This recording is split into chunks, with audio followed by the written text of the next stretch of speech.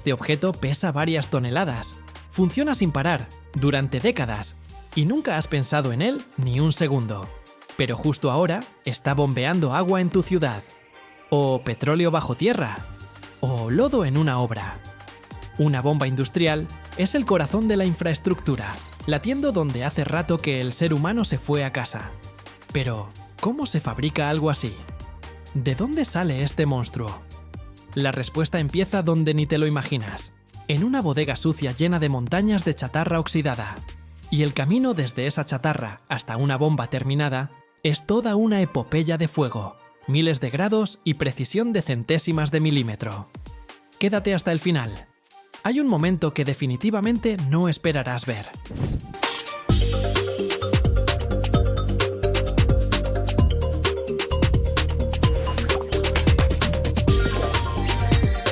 Todo comienza, no en un taller reluciente, sino en un enorme almacén algo oxidado, donde hay montañas de metal.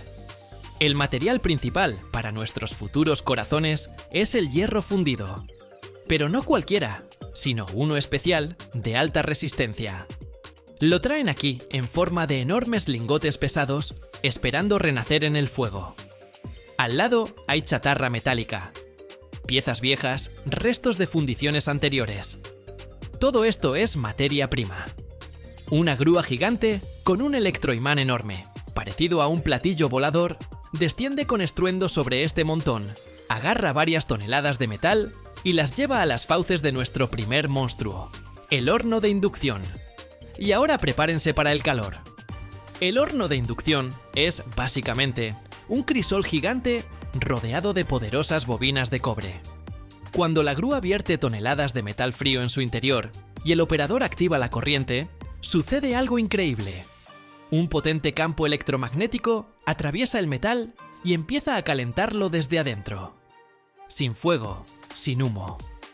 El metal empieza a vibrar, a ponerse rojo, y en 1 o 2 horas toda esa masa se convierte en un lago hirviente y cegador de hierro fundido líquido a más de 1400 grados Celsius. A este metal fundido, como un chef, le agregan especias, elementos de aleación para darle la resistencia y protección contra la corrosión que necesita.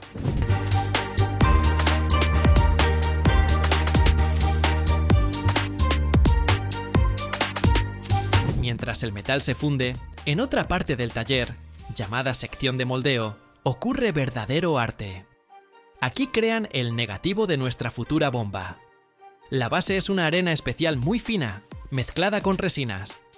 Primero hacen un modelo exacto de la pieza de la bomba con madera o plástico, por ejemplo, su cuerpo macizo con forma de caracol. Luego cubren este modelo con arena en grandes cajas metálicas llamadas marcos de moldeo.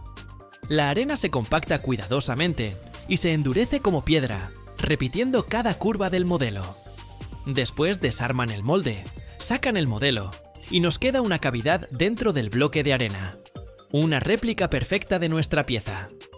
Es un trabajo increíblemente meticuloso, porque de la calidad de este molde depende la precisión de la futura fundición.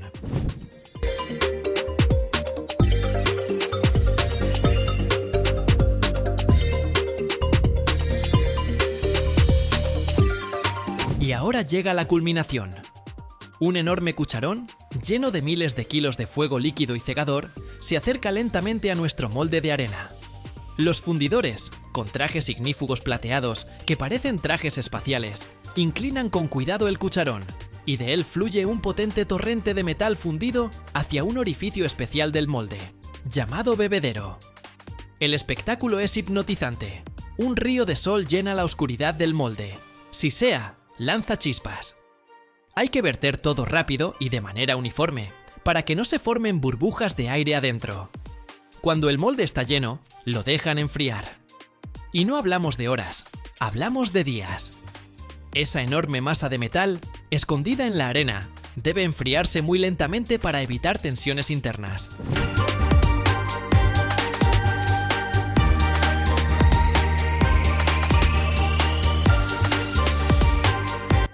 Unos días después, cuando todo se ha enfriado, llega el momento del nacimiento.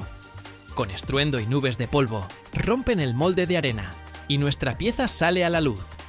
negra, tosca, cubierta con una capa de arena solidificada y escoria. Todavía no es bonita, tiene restos de metal de los canales de colada saliendo por todos lados. Es apenas un semifabricado que pesa varias toneladas. Primero la envían a una cámara de granallado, donde la bombardean desde todos los ángulos con millones de diminutas bolitas de acero que eliminan toda la suciedad y le dan una superficie limpia y mate. Luego, los operarios con cortadores de plasma y amoladoras retiran todo lo que sobra. Ahora nuestra pieza, limpia pero todavía imprecisa, entra al reino de la precisión, el taller de mecanizado. Aquí reinan gigantescas máquinas de control numérico. Una enorme grúa coloca nuestro cuerpo de bomba sobre la mesa de una fresadora del tamaño de una habitación. Y la máquina cobra vida. Una fresa enorme, girando a velocidad de vértigo, comienza su danza.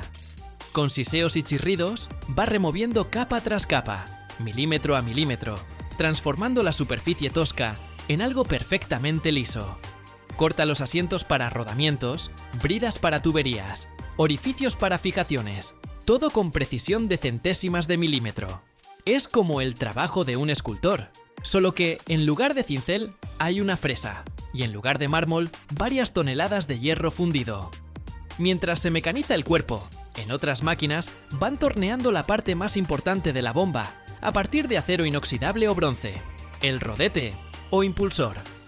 Es una pieza compleja con álabes curvos, cuya forma se calcula con precisión aerodinámica.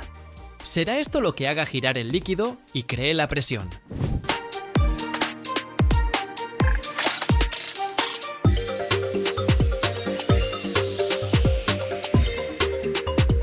Cuando todas las piezas están fabricadas y han pasado un estricto control de calidad, comienza la etapa final, el ensamblaje.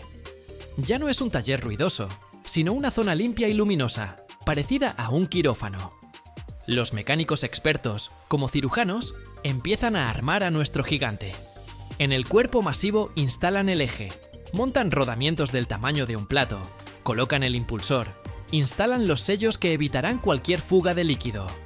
Cada perno se aprieta con una llave dinamométrica especial, con la fuerza exacta requerida. Después del ensamblaje, cada bomba se envía al banco de pruebas. Es su examen final. La conectan a las tuberías, la llenan con agua y la ponen en marcha. Decenas de sensores registran durante varias horas todos los parámetros: presión, caudal, vibración, temperatura de los rodamientos. Solo si todos los valores coinciden perfectamente con los cálculos, la bomba recibe su certificado de calidad. Y el certificado de calidad de este canal son tus suscripciones. Así que presiona el botón de suscribirse y mantengámonos en contacto.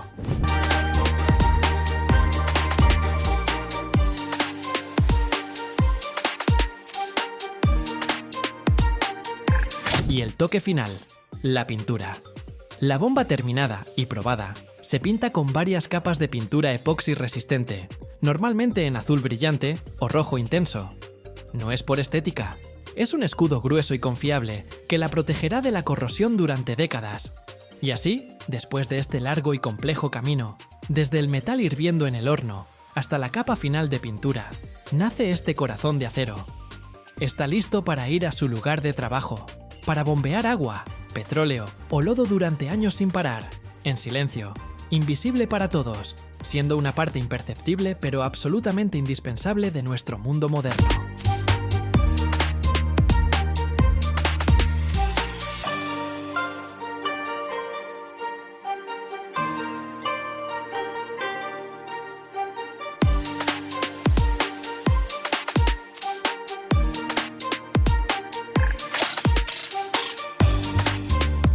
Existe un metal que no se oxida, no envejece y no desaparece.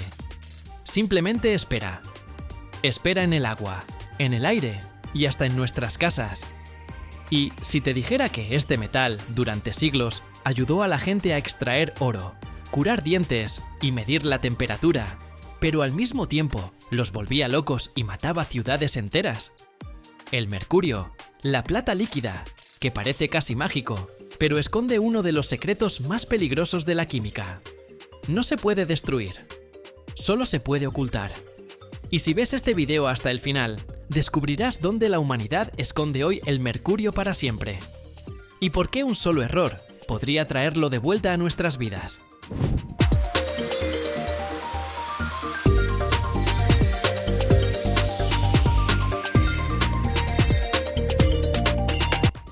La historia del mercurio no comienza con gotas brillantes, sino con un mineral rojo intenso, el cinabrio.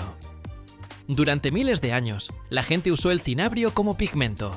Los antiguos chinos y romanos fabricaban con él la pintura vermellón, que usaban para decorar templos y estatuas. Sin embargo, la extracción del cinabrio siempre estuvo acompañada de tragedias. Los trabajadores de las minas sufrían temblores inexplicables, delirios y muerte prematura. El proceso para obtener mercurio puro del cinabrio es bastante simple. Se tritura el mineral y se calienta en hornos especiales. A una temperatura de 357 grados Celsius, el mercurio se evapora y luego se condensa en forma de pesadas gotas plateadas.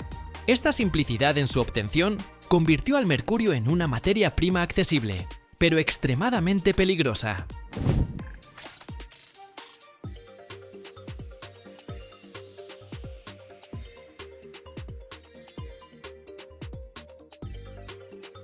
Una de las aplicaciones más masivas del mercurio en la historia fue la extracción de oro y plata.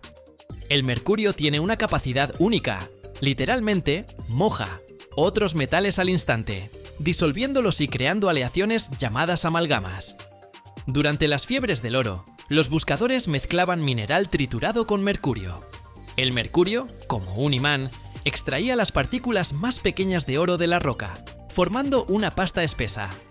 Para obtener oro puro, simplemente calentaban la amalgama a fuego abierto. El mercurio se evaporaba directo al aire que la gente respiraba, y en el fondo quedaba oro puro. Este método, conocido como amalgamación, provocó una terrible contaminación de ríos y suelos en todo el mundo.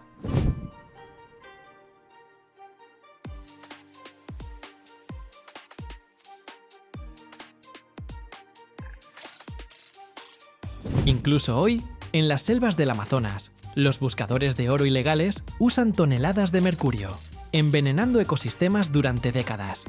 Durante mucho tiempo, el mercurio fue considerado insustituible en la ciencia y la vida diaria. En los termómetros, el mercurio se expande uniformemente al calentarse, lo que lo convertía en el elemento perfecto para mediciones precisas. Los interruptores de mercurio funcionaban sin fallas durante décadas, porque el mercurio líquido conduce la electricidad perfectamente y no se desgasta. Las amalgamas dentales, hechas de una mezcla de plata y mercurio, fueron el estándar en odontología durante más de 100 años, gracias a su increíble resistencia. Pero también había un lado oscuro. En el siglo XIX, el mercurio se usaba para tratar pieles en la fabricación de sombreros de fieltro. Los artesanos inhalaban constantemente vapores de mercurio que afectaban su sistema nervioso. De ahí viene la expresión «loco como un sombrerero», inmortalizada por Lewis Carroll en Alicia en el País de las Maravillas. Los síntomas del envenenamiento, confusión mental, pérdida de memoria y temblores, se convirtieron en la enfermedad profesional de industrias enteras.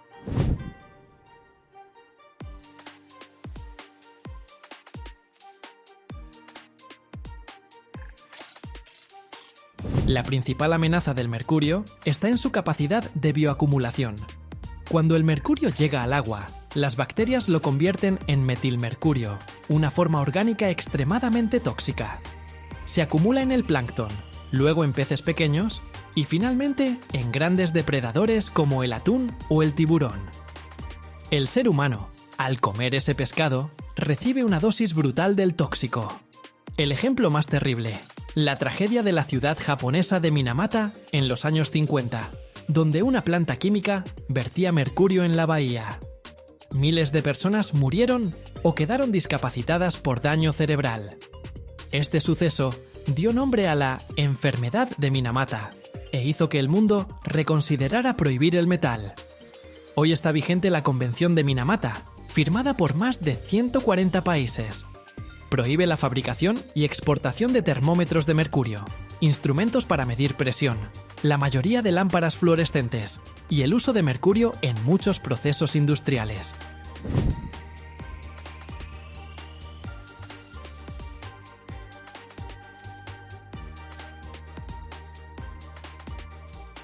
Si se te rompe un termómetro de mercurio en casa, es un pequeño desastre ecológico dentro de tu habitación. El mercurio se dispersa en miles de bolitas diminutas que ruedan bajo los zócalos y se entierran en las alfombras. A 20 grados de temperatura, empiezan a evaporarse activamente. Una sola bolita de mercurio puede contaminar el aire de un espacio cerrado durante meses. El vapor de mercurio no tiene olor ni sabor, lo que lo convierte en un asesino invisible. Como el mercurio no se puede simplemente quemar o disolver por completo, porque es un elemento químico que no se destruye, la única salida es su extracción total y confinamiento. Todo empieza en plantas especializadas, donde llegan millones de lámparas fluorescentes usadas, viejos equipos médicos y sensores industriales.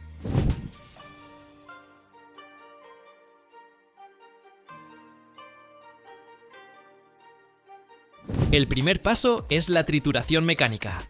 Por ejemplo, las lámparas entran en una trituradora hermética que convierte el vidrio, las bases de aluminio y el recubrimiento de mercurio en fragmentos pequeños.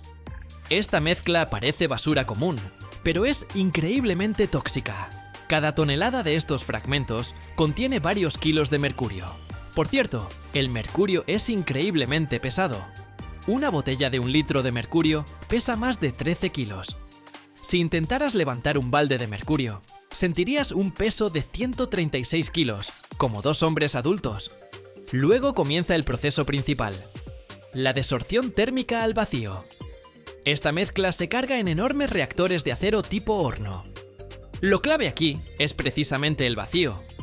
Cuando extraemos el aire, la temperatura de ebullición del mercurio disminuye. Los hornos calientan la mezcla entre 300 y 400 grados. En esas condiciones, el mercurio empieza a evaporarse intensamente, separándose de los restos de vidrio y metal. El sistema de vacío extrae estos vapores tóxicos, sin darles ninguna chance de filtrarse hacia afuera, al aire del taller.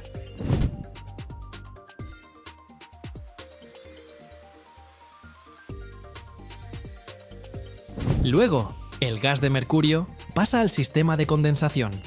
Son serpentines largos, enfriados a temperaturas muy bajas. En cuanto el vapor caliente toca las paredes frías, vuelve a convertirse en metal líquido. Las gotas plateadas escurren hacia tanques especiales. Lo que sale al final es mercurio secundario puro. Pero como el mundo poco a poco deja de usarlo, este metal ya no regresa a las fábricas. La última etapa es el encierro eterno. El mercurio líquido se mezcla con reactivos especiales, como azufre, para convertirlo en un compuesto sólido y estable. Sulfuro de mercurio, que no se evapora ni se disuelve en agua. Esta sustancia se sella en contenedores de acero de paredes gruesas, recubiertos por fuera con una capa anticorrosiva.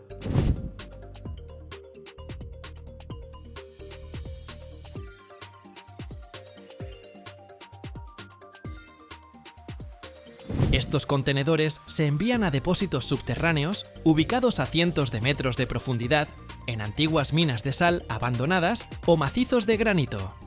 Allí, en completa sequedad y bajo vigilancia de sensores, el mercurio se almacena durante décadas. Es la única forma de garantizar que la plata líquida nunca llegue a las aguas subterráneas ni regrese a nosotros a través del pescado o el agua.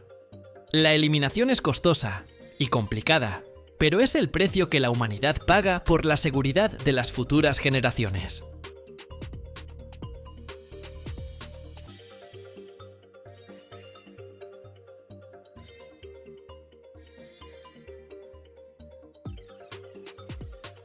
Cada año se destruyen millones de hectáreas de bosque en el mundo, y la paradoja es que la mayor parte de esa madera nunca se convierte en tablas. Se agrieta, se pudre, se rompe, termina como desperdicio. Pero ¿qué tal si te dijera que existe un material más resistente que la madera maciza, hecho literalmente de sus fragmentos, y capaz de soportar el peso de un automóvil? Parece un caos, pero en su interior hay una lógica de ingeniería fría. ¿Por qué este material sostiene edificios, no le teme a la humedad y está transformando toda la industria de la construcción? Y lo más importante, ¿qué secreto crítico esconde su fabricación del que casi nadie habla? Quédate hasta el final y descubrirás algo que cambiará para siempre tu idea sobre la madera.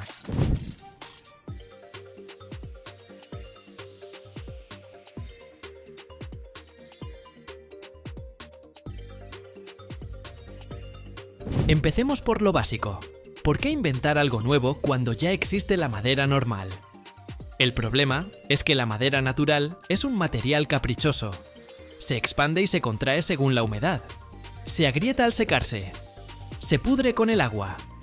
Tiene nudos que son puntos débiles. Las fibras van en una sola dirección, así que la tabla es resistente a lo largo, pero se rompe fácilmente a lo ancho. Y además, hay que esperar 70 o 100 años para que crezca un árbol grande. Talarlo, secarlo, cortarlo. Todo eso cuesta tiempo y dinero. Y aquí llega la gran idea. ¿Qué tal si tomamos pedazos pequeños de madera, los organizamos de manera especial y los pegamos bajo presión y temperatura? El resultado es un material sin los defectos de la madera natural, pero con todas sus ventajas.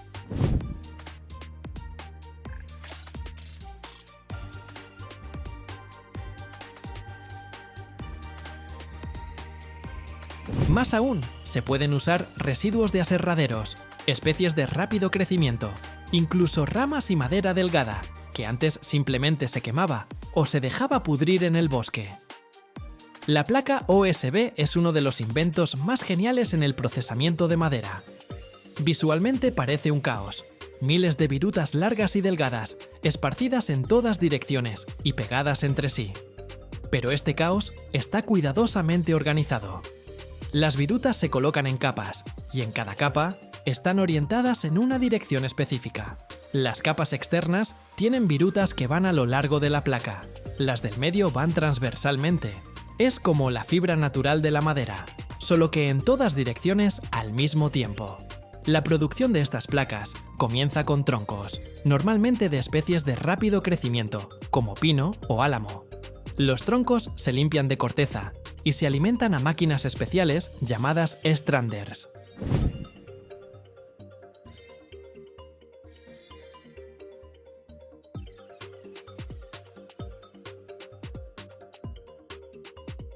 Estas máquinas literalmente raspan la madera en virutas largas y delgadas de entre 8 y 15 centímetros de largo, unos 2,5 centímetros de ancho y menos de 1 milímetro de grosor. Quedan como escamas largas, parecidas a los cereales en hojuelas grandes. Las virutas frescas contienen mucha humedad, hasta 50% de agua en peso. No sirven para pegar, así que se envían a una secadora, un tambor enorme o una cinta transportadora donde se sopla aire caliente sobre las virutas. La humedad baja a entre 2 y 5%. Es importante no secar de más, porque las virutas demasiado secas se vuelven quebradizas y no pegan bien. Después viene la mezcla con pegamento. Se usan resinas sintéticas especiales, generalmente fenol formaldehído o melamina formaldehído. Suena aterrador, pero después de polimerizarse, estas sustancias se vuelven inertes y seguras. La resina representa cerca del 3 al 5% del peso de las virutas.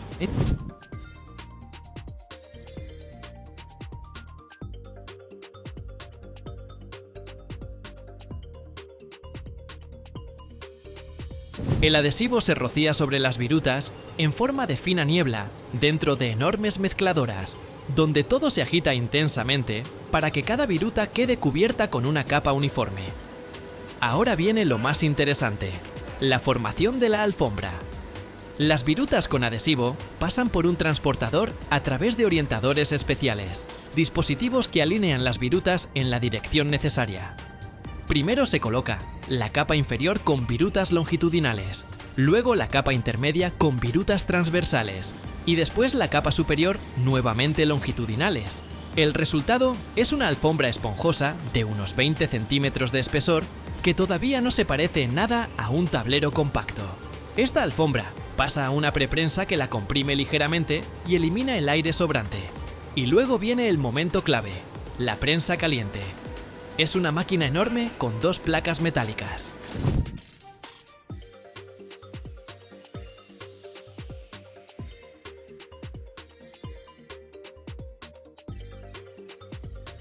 La alfombra entra entre estas placas y la presionan con una fuerza tremenda. Bajo esa presión y temperatura ocurre la transformación. El grosor se reduce entre 5 y 6 veces. Las virutas se comprimen tan fuertemente que casi no queda aire entre ellas. El pegamento se ablanda, se cuela en todas las grietas, envuelve cada viruta. Y lo más importante, comienza la reacción química de polimerización. Las moléculas de resina se unen en largas cadenas, creando fuertes enlaces entre las virutas. Todo el proceso de prensado toma entre 3 y 5 minutos. En ese tiempo, la temperatura dentro de la placa alcanza unos 300 grados. El pegamento se polimeriza completamente y las virutas quedan unidas para siempre en una estructura monolítica. Cuando la prensa se abre, sale una placa caliente.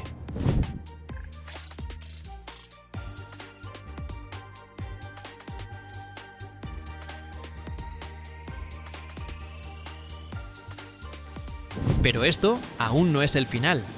La plancha caliente debe enfriarse, de lo contrario puede deformarse. Se apila durante varias horas o se enfría con aire en refrigeradores especiales. Luego se recortan los bordes, que siempre quedan irregulares, se lija la superficie si es necesario y se corta en láminas estándar, como las que ves en las tiendas. ¿Qué obtenemos al final? Una plancha que no tiene dirección de vetas, porque las virutas están orientadas en diferentes direcciones. Es igual de resistente a lo largo y a lo ancho. No se agrieta ni se deslámina como una tabla normal. No se deforma con la humedad, porque las tensiones internas están distribuidas uniformemente. Y además, utiliza árboles pequeños y residuos que nunca se habrían convertido en una tabla de calidad.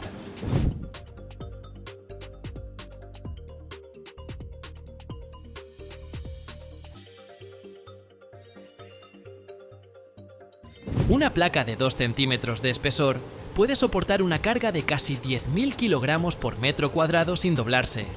Esto significa que en ese piso se puede colocar un automóvil y aguantará. Por eso estas placas se usan para revestir casas de estructura de madera, pisos, techos, sostienen toda la construcción. Ahora hablemos del contrachapado, la hermana mayor de la madera compuesta.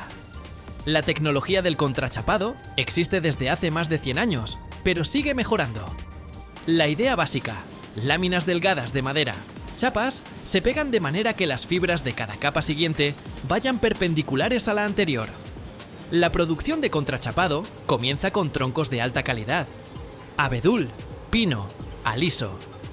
Los troncos se limpian, se cuecen al vapor en agua caliente o vapor durante varias horas. Esto ablanda la madera y la hace más flexible.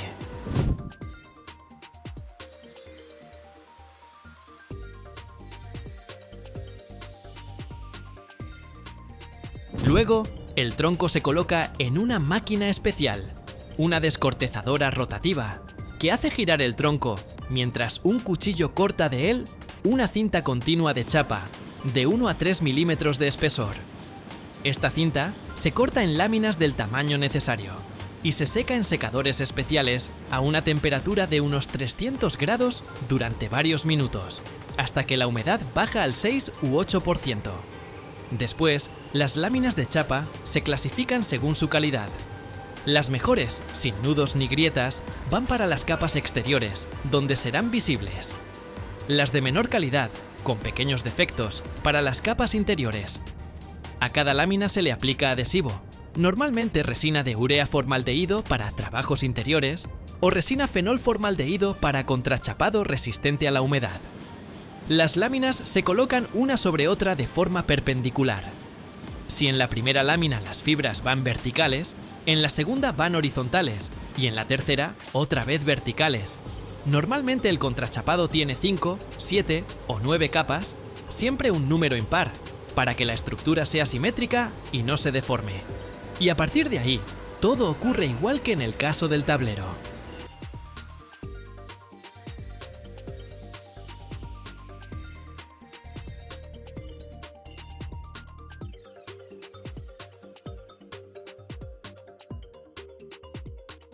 Hay un metal al que, día tras día, confiamos la vida de la tripulación dentro de una cápsula de acero a cientos de metros de profundidad.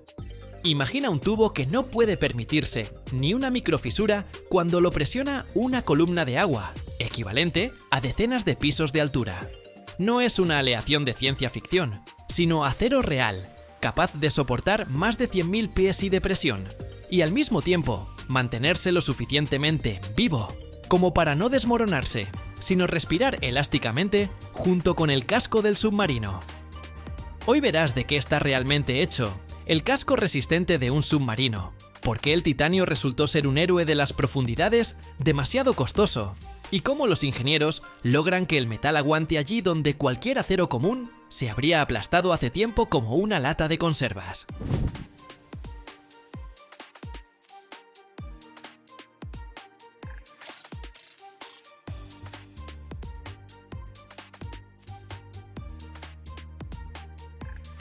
El casco resistente de un submarino no comienza con la pintura ni las técnicas de camuflaje, sino con el metal del que está hecho su casco interior.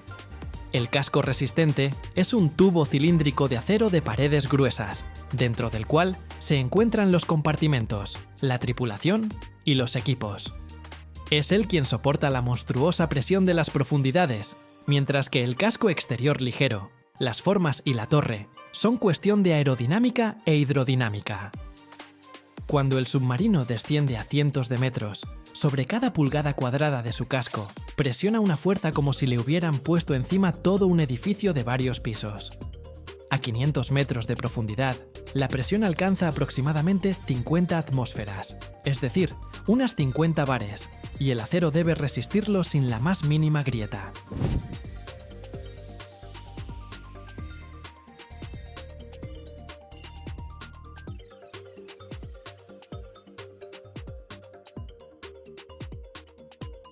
Para que esto sea posible, se utilizan aceros aleados especiales de alta calidad. Un ejemplo clásico es el acero estadounidense HI 80.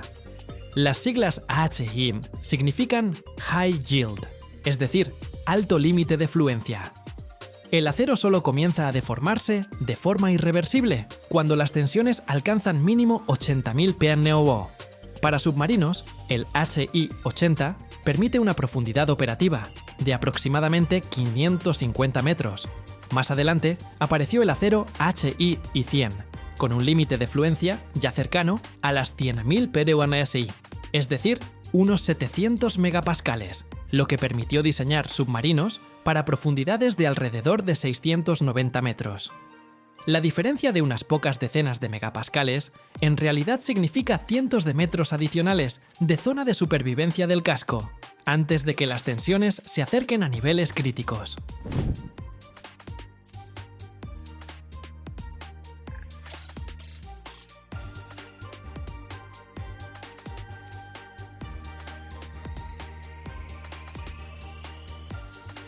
La composición química de estos aceros está lejos de ser simple hierro con carbono. Se les añade níquel, cromo, molibdeno, manganeso y otros elementos en proporciones exactas. El níquel aumenta la tenacidad al impacto y reduce la temperatura de fractura frágil. El cromo refuerza la resistencia a la corrosión y la dureza. El molibdeno ayuda a resistir el arrastre y las tensiones concentradas localmente. El resultado es un acero que incluso a bajas temperaturas del agua de mar mantiene su plasticidad y no se parte como vidrio ante un golpe o una carga brusca. Para los submarinos militares, esto es crítico. El casco debe soportar el impacto de las olas, los golpes de ariete y sus propias maniobras, sin mencionar las posibles cargas explosivas.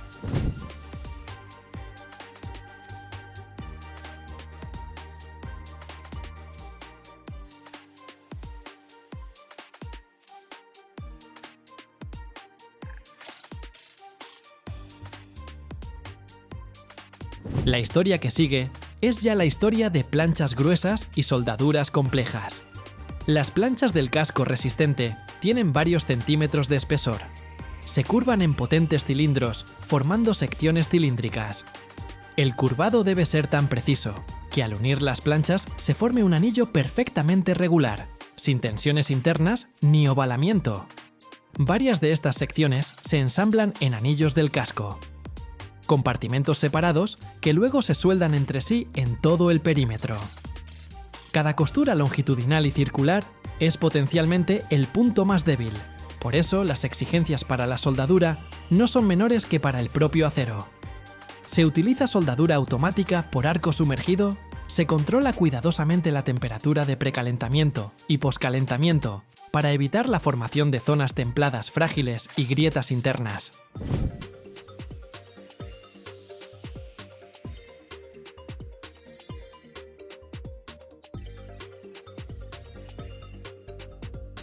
Después de soldar, las juntas se inspeccionan con métodos no destructivos.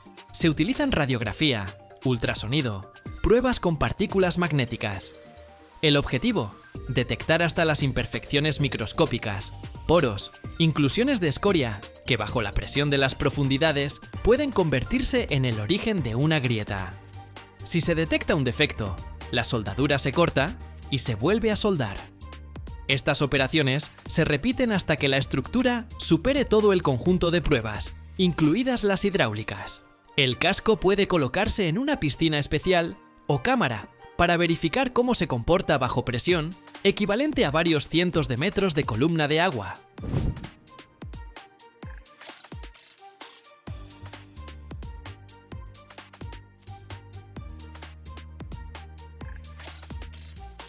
En la Gures, parte de esta lógica se llevó al extremo mediante el uso de aleaciones de titanio.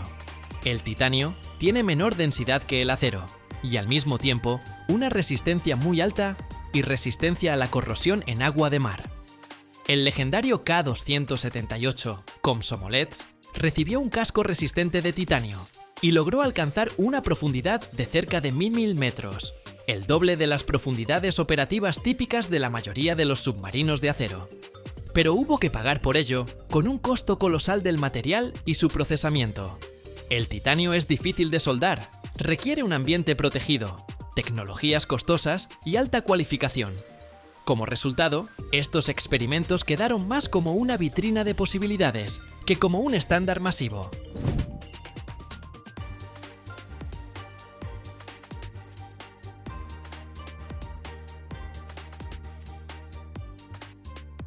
Hoy en día, el enfoque principal en el desarrollo de cascos submarinos no es el cambio total al titanio, sino el perfeccionamiento de los aceros aleados.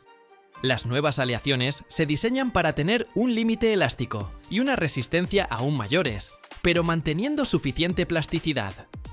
Un metal demasiado rígido es peligroso. Puede no deformarse y agrietarse repentinamente al superar el límite.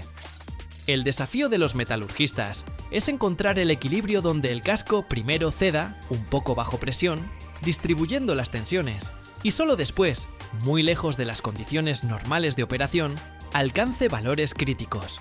Para esto, ajustan el contenido de níquel, cromo, molibdeno, añaden microaleantes, controlan el tamaño del grano y el tratamiento térmico.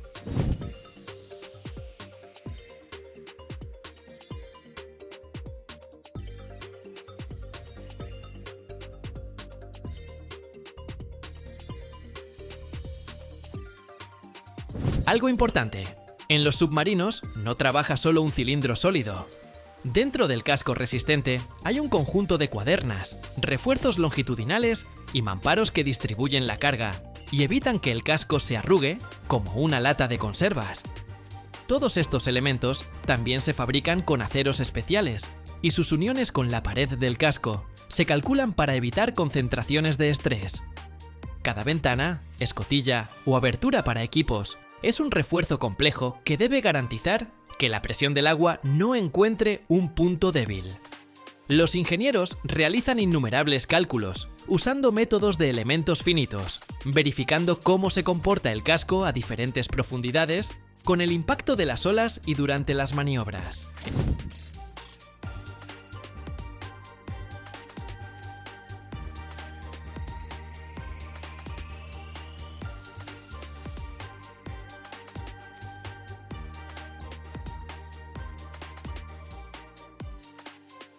Si imaginamos el viaje de un submarino hacia las profundidades, a nivel del metal se ve así. Con cada 10 metros de inmersión, la presión aumenta aproximadamente una atmósfera. A 100 metros ya es 10 veces la presión de la superficie. A 500 metros, 50 veces. El acero del casco resistente trabaja todo este tiempo en régimen de deformación elástica. Se comprime ligeramente. El diámetro del casco se reduce unos milímetros, pero después de emerger, vuelve a sus dimensiones originales. El objetivo de los ingenieros es garantizar que incluso a la máxima profundidad permitida, el margen hasta el límite de fluencia siga siendo considerable.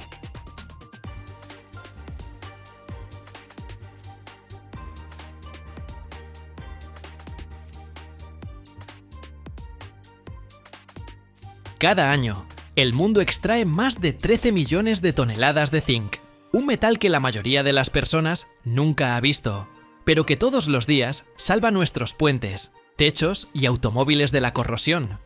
Su camino comienza a cientos de metros bajo tierra, en minas oscuras, donde nace la esfalerita brillante. Luego vienen los hornos con calor de 1000 grados, vapor que se convierte en metal, y fábricas donde el acero recibe su escudo protector. Pero hay algo de lo que nadie habla. Si miras hasta el final, descubrirás si China realmente controla todo el mercado mundial de zinc. ¿Y qué pasaría si de repente se detuviera? El zinc es un metal que rara vez se ve en su forma pura, pero que cada día salva a otros metales de la oxidación. Su camino comienza muy por debajo de la tierra, en minas oscuras, donde personas y máquinas extraen el mineral que contiene este elemento plateado y blanco. En las profundidades de la Tierra, el zinc se encuentra más frecuentemente en forma de esfalerita, un mineral brillante con tonos negros, marrones o amarillos. Las minas donde se extrae parecen un complejo sistema de túneles y galerías. A cientos de metros bajo la superficie, operan equipos de perforación que penetran la roca, mientras cargas explosivas separan los bloques de mineral del macizo. Luego, el mineral se carga en vagonetas o cintas transportadoras que lo llevan hasta los ascensores de la mina. El espacio subterráneo se llena con el estruendo de las máquinas, el olor del aceite lubricante y el polvo que se asienta en los cascos de los mineros. Aquí, cada movimiento está perfeccionado por años de práctica, desde la perforación hasta el transporte, desde la ventilación hasta la seguridad. En la superficie, el mineral se tritura en quebradoras, convirtiendo los grandes trozos en fracciones pequeñas.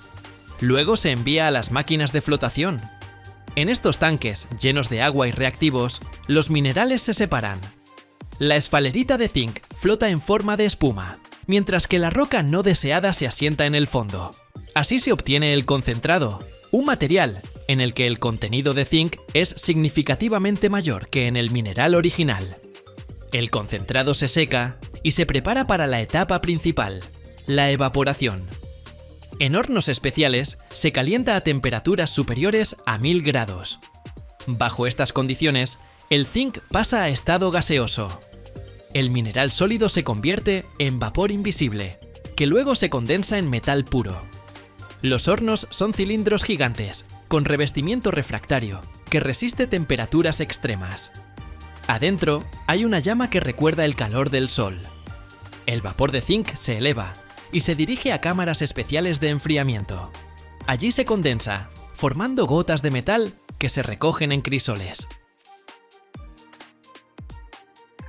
La evaporación a miles de grados permite separar el zinc de las impurezas que quedan en la escoria.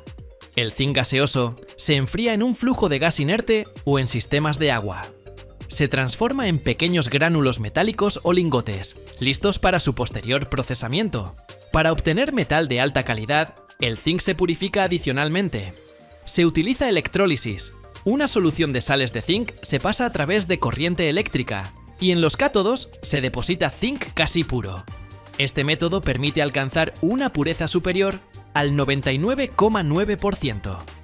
El metal obtenido se envía a fábricas, donde su misión principal es la protección. El zinc se aplica al acero mediante el método de galvanizado en caliente. Los productos se sumergen en metal fundido y en la superficie se forma una capa delgada pero resistente. Precisamente, esta capa protege puentes, tuberías, automóviles y techos de la corrosión. Esta capa actúa como una barrera entre el acero y el ambiente, impidiendo que la humedad y el oxígeno penetren al interior. Incluso si la superficie se daña, el zinc continúa protegiendo el acero gracias a su actividad electroquímica. Se sacrifica a sí mismo, corroyéndose primero, y de esta manera preserva el metal base. Antes de sumergir los productos de acero en zinc fundido, es necesario prepararlos cuidadosamente. El proceso de limpieza consta de varias etapas. Primero, la superficie se limpia mecánicamente de impurezas gruesas, restos de tierra, grasa u óxido. Para esto se utilizan cepillos, materiales abrasivos o chorreado de arena, que remueve la capa superior de óxidos y deja la superficie uniforme. Luego, los productos se sumergen en soluciones ácidas especiales. Esto se llama decapado. Más comúnmente, se utilizan soluciones de ácido clorhídrico o sulfúrico, que disuelven las películas de óxido y los restos de corrosión. Después del decapado, los productos se enjuagan con agua para eliminar los residuos de ácido.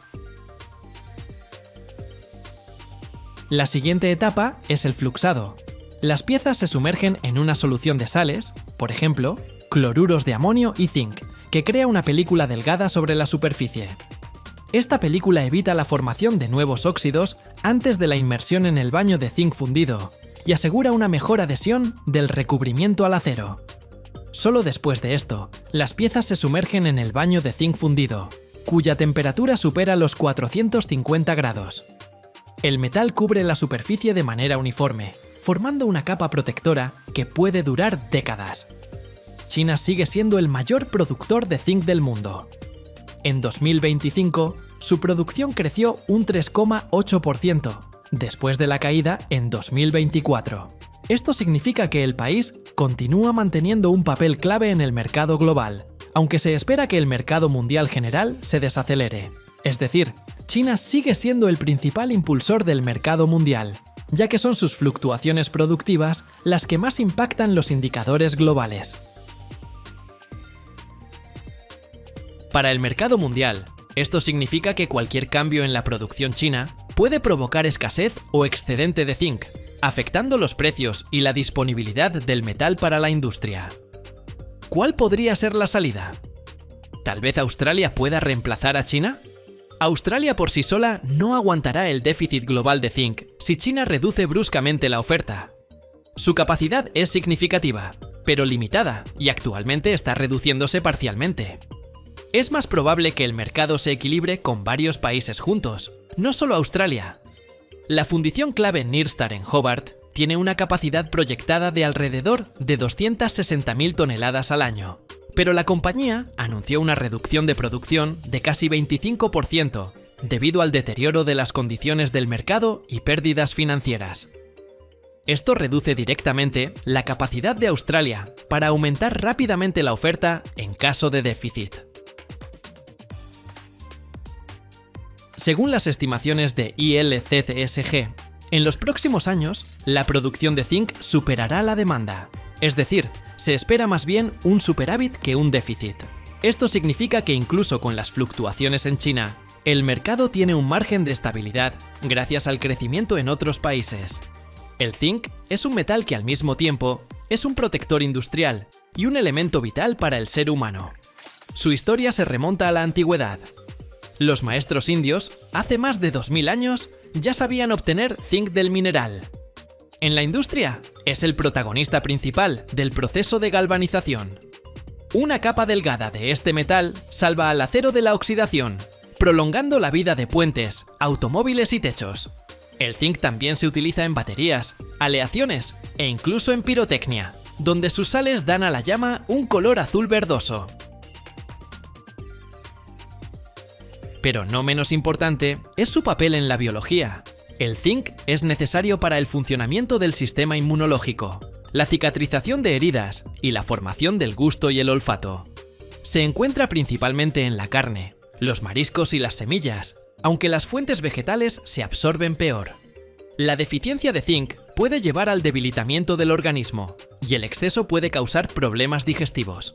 Así, el zinc es un participante discreto pero indispensable tanto en los procesos técnicos como en la vida humana.